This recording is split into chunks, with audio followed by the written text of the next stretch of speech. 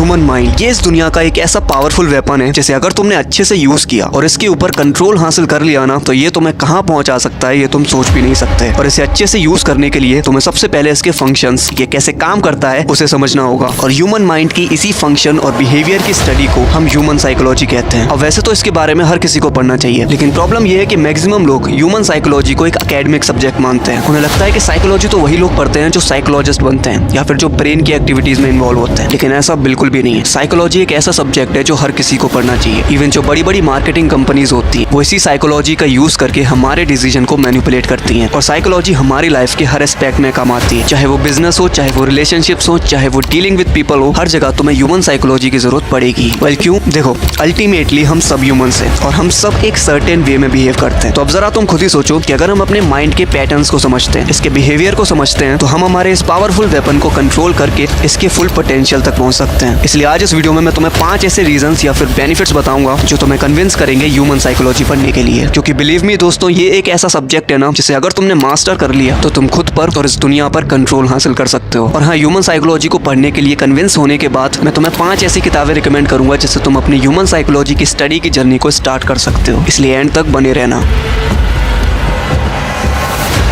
Reason number 1, to understand ourselves. Human psychology पढ़ने से हम हमारे थॉट्स, इमोशंस और बिलीव्स के मिरर रिफ्लेक्शन को देख पाते हैं। हम ये समझ पाते हैं कि हम जैसा बिहेव करते हैं वो क्यों करते हैं। और ये चीज बड़ी ही पावरफुल है, क्योंकि अगर तुम ये समझते हो कि तुम किसी भी सिचुएशन में जो भी एक्शन लेते हो वो क्यों लेते हो, क्यों ऐसा बिहेव करते हो, तो तुम नेक्स्ट टाइम अपने बिहेवियर को कंट्रोल करके उसे पॉजिटिव डायरेक्शन में भी ले जा सकते हो। नहीं समझ में आया ना? तो डरो मत, चलो एग्जाम्पल से देखो। हम में से मैक्सिमम लोग घर पे तो शेर बन के कुछ भी बोल देंगे, लेकिन जब बारी आती है स्टेज पर कई सारे लोगों के सामने बोलने की, तो हमारी बोलती बंद हो जाती है। और इसके पीछे कई साइकोलॉजिकल रीजंस हैं। तो अब इमेजिन करो कि अगर तुम उन रीजंस को समझते हो, तुम ये समझते हो कि स्टेज पर जाने से तुम्हारे ब्रेन में क्या बिहेवियर पैदा होते हैं, तो नेक्स्ट टाइम तुम इस चीज को कंट्रोल भी कर सकते हो। और सिर्फ यही नहीं, अगर तुम अपने दिमाग के पैटर्न्स को समझते हो, खुद को समझते हो, तो तुम अपनी इस लाइफ को चेंज भी कर सकते हो। और मैं ये हवा में नहीं कह रहा हूँ। ओफ्रा विनफ्रे, जो एक फेमस अमेरिकन होस्ट और एक टेलीविजन प्रोड्यूसर है, इनका बचपन काफी चैलेंजिंग रहा था और सालों तक ये डिप्रेशन में भी रही है। लेकिन ह्यूमन साइकोलॉजी के कुछ प्रिंसिपल्स की मदद से इन्होंने अपनी लाइफ को पूरी तरह से चेंज किया है। और इंटरनेट पर तुम्हें बहुत सारे एग्जाम्पल्स ऐसे मिल जाएंगे जहां पर ह्यूमन साइकोलॉजी की मदद से लोगों ने अपनी लाइफ चेंज की है। Reason number 2, to become emotional intelligent. हम ह्यूमंस एक इमोशनल एनिमल्स हैं जिसमें कई सारे इमोशंस भरे पड़े हैं। और हम अपनी लाइफ में क्या और कितना अचीव करेंगे ये इस बात पर डिपेंड करता है कि हम अपने इमोशंस को कैसे यूज करते हैं। क्योंकि हर रोज हमें कई सारी ऐसी सिचुएशन से डील करना पड़ता है जहां पर हमारे इमोशंस हम पर हावी हो जाते हैं और हमसे वो करवाने लगते हैं जो हम लॉजिकली तो नहीं करना चाहते, लेकिन इमोशंस में बहकर कर जाते हैं। फॉर एग्जाम्पल, जब सुबह जल्दी उठना होता है और अलार्म बजता है, तो लॉजिक तो कहता है कि उठ जा, लेकिन इमोशंस कहते हैं सो जा बाबू,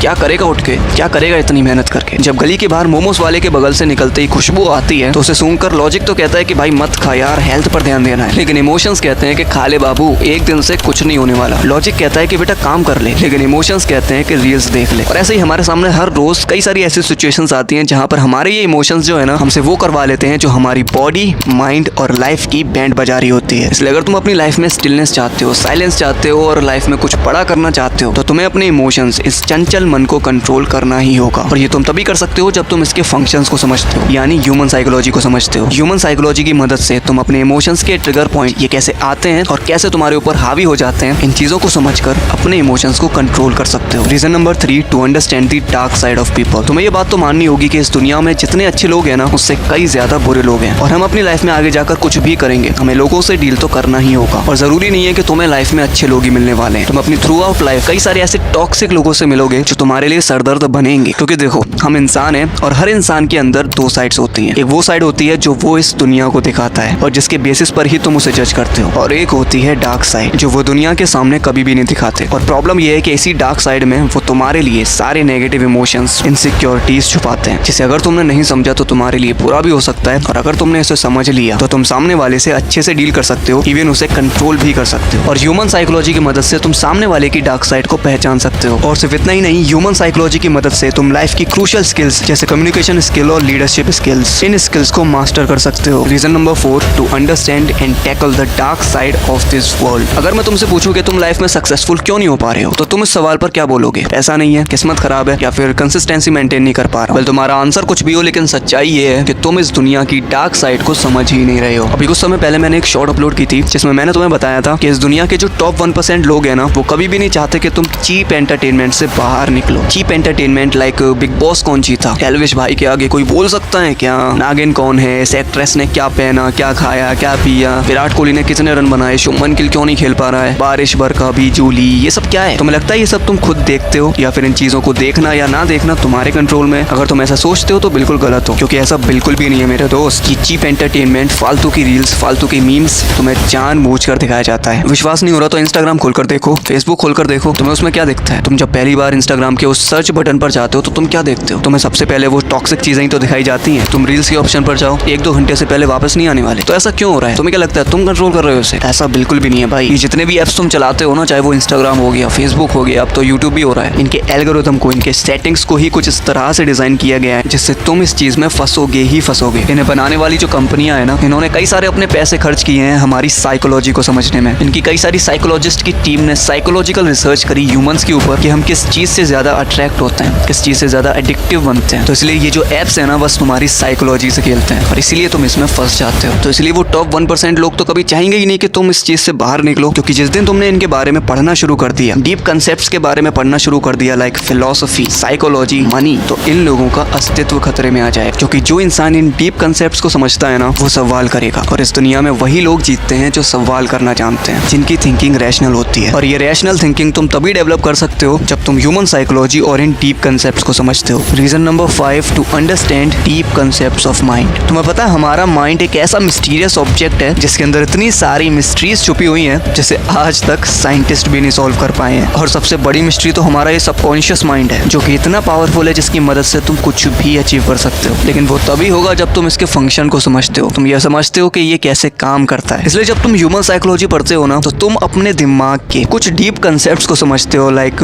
पावर ऑफ विजुअलाइजेशन, जिसकी मदद से ही तुम सबकॉन्शियस माइंड की पावर का यूज कर सकते हो। What is sixth sense, the power of dreams, and the most powerful, the mystery of sex transmutation. अब तुम बोलोगे कि यार यहाँ पर सेक्स कहाँ से आ गया, ये तो पूरा फिजिकली होता है ना, लेकिन ऐसा बिल्कुल भी नहीं है। तुम्हें पता है सेक्स जितना फिजिकल है ना, उससे कई ज्यादा मेंटल है। ये एक ऐसी एनर्जी है जिसे अगर तुमने फिजिकल से मेंटल की तरफ ट्रांसफर करना सीख लिया ना, तो ये तुमसे बहुत कुछ करवा सकती है। इस दुनिया के जितने भी ग्रेट अचीवर्स हैं या ग्रेट लीडर हुए हैं, उन सभी ने इस आर्ट को सीखा है, चाहे फिर वो विवेकानंद हो या फिर अब्राहम लिंकन, मोहम्मद अली हो या फिर स्टीव जॉब्स, महात्मा गांधी हो या निकोला टेस्ला। इन सब ने अपनी ग्रेटनेस को अचीव करने का राज ना सेक्स ट्रांसम्यूटेशन को ही बताया है। वेल, ये टॉपिक थोड़ा सा बड़ा है, इसलिए बाद में कभी डिटेल में बात करेंगे इसके बारे में। तो यही थे वो 5 रीजंस जो तुम्हें कन्विंस करेंगे ह्यूमन साइकोलॉजी पढ़ने के लिए, और मुझे यकीन है तुम हो भी गए होगे। तो वेल, मैं तुम्हें 5 ऐसी किताबें बताने वाला हूँ जिससे तुम अपनी ह्यूमन साइकोलॉजी की स्टडी की जर्नी को स्टार्ट कर सकते हो। Number 1, the laws of human nature by Robert Greene. Number 2, thinking fast and slow by Daniel Coleman. Number 3, Sapiens by Yuval Noah Harari. Number 4, the power of your subconscious mind by Joseph Murphy. And number 5, think and grow rich by Napoleon Hill. अब अगर तुम्हें ये video powerful लगी और थोड़ा सा भी तुमने सीखा हो कुछ, तो एक लाइक जरूर ठोकना और सब्सक्राइब कर ही जाना, और शेयर करो इस वीडियो को अपने जैसे ही यंग लोगों के साथ, ताकि वो भी ह्यूमन साइकोलॉजी को पढ़ने की इंपॉर्टेंस को समझ सकें। मिलते हैं तुमसे अगली वीडियो में, तब तक के लिए जय हिंद।